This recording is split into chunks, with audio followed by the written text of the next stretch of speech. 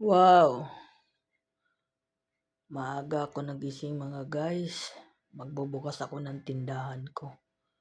Kasi mamaya, mag-aayos na ako dito sa bahay. Yan ang gawa ko dito sa lamisa ko kagabi. At pininis ko na ngayong umaga. Pero may kulang pa dyan. Dito, pinindyan pa yung mga ibang prutas sa loob. Hindi ko pa nilabas. Yung ubas lang. 3 klase kasi binili kong ubas. Ayan, mga guys.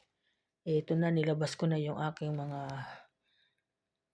chocolate na imported dito sa isang lagayan.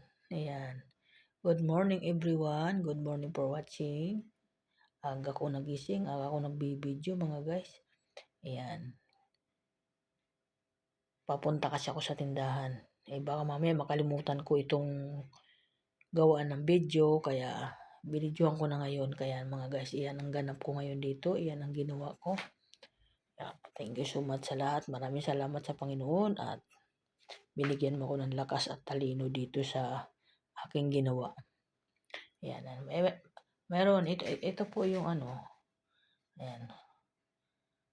Ayan, yung Chinese New Year to gumawa pa ako nito. Kumuha po. Ayan. Ganda po siya, di ba? At para mamaya, iba na gagawin ko. Ayan. 31 ngayon, di ba? Disperas ng bagong taon. Oh. Kaya ayan mga guys. Ayan. Napaka elegante naman ito. Ayan, sarap. Ang tamis ng lamisa ko. Puro matatamis itong aking ginawa. Ayan. Ito po yung mga imported na chocolate. Ayan. Talagang mga imported. May kisses. Ayan. Ayan. Yung bilog-bilog na. Ayan. Kulang pa ito dito. Pero mayroon pa ako ilalagay dyan ng mga chocolate. Meron pa. Hindi ko pa lang pwede ilabas. Siyempre, alam mo naman ang mga mata. Hindi natin yan pag dinukot. Di ba? Kasi wala silang pakundangan. Yan, hindi nila. Pero mamaya sasabihan ko sila, huwag ngayong gagalawin yan kasi hindi pa pwedeng gagalawin yan. Dahil inaano ko lang yan pag tapos na yung 12:00 ng gabi. Pinapakuhanan. Huwag yung gagalawin ngayon yan dahil ayaw ko nang ginagalaw yan. Kasi yun yung tinatawag na pag ikaw nag-ipon, hindi mo talaga napipigilan ang kamay mo. Kukuhain mo na kukuhain. Pag ganito daw, nag-display ka ng bago 12:00 ng gabi, bago ang bagong taon. Huwag mo daw yun babawasan kahit anong mangyari. Pigilin mo yung sarili mo. Dahil hindi pwede. Pangit daw yun. Pangit sa binabawasan agad. Wala pa nga 12:00, pinukuha na. Pangit yun. Yung tinatawag pag nag-ipon tayo, di pa puno, kinukuha na. Yung ibig sabihin dito. Kaya ako ganun ako mga guys, kahit pa paano, hindi ako na uubusan kahit pa paano kasi ganito po ako gumanap ng ganito. Ayan mga guys, welcome to my vlog. Maraming salamat at good morning everyone. Papunta ako ngayon sa tindahan ko at magbubukas ako. Ayan, yung asawa ko di pa nag-almusal kasi nandito pa yung 2 banso. Almusal niya yan, tuwing umaga 2. Pero meron pa ako doon sa tindahan at nandoon pa sa tindahan yung aking Ayan guys. Salamat sa lahat. Salamat sa Panginoon. At taon-taon binibigyan mo ako ng ganito. Diba? Ibang style naman ang ginawa ko dito. Kay ibang style. Ayan. Ganda. Ayan. Diba? Ganda niya mga guys.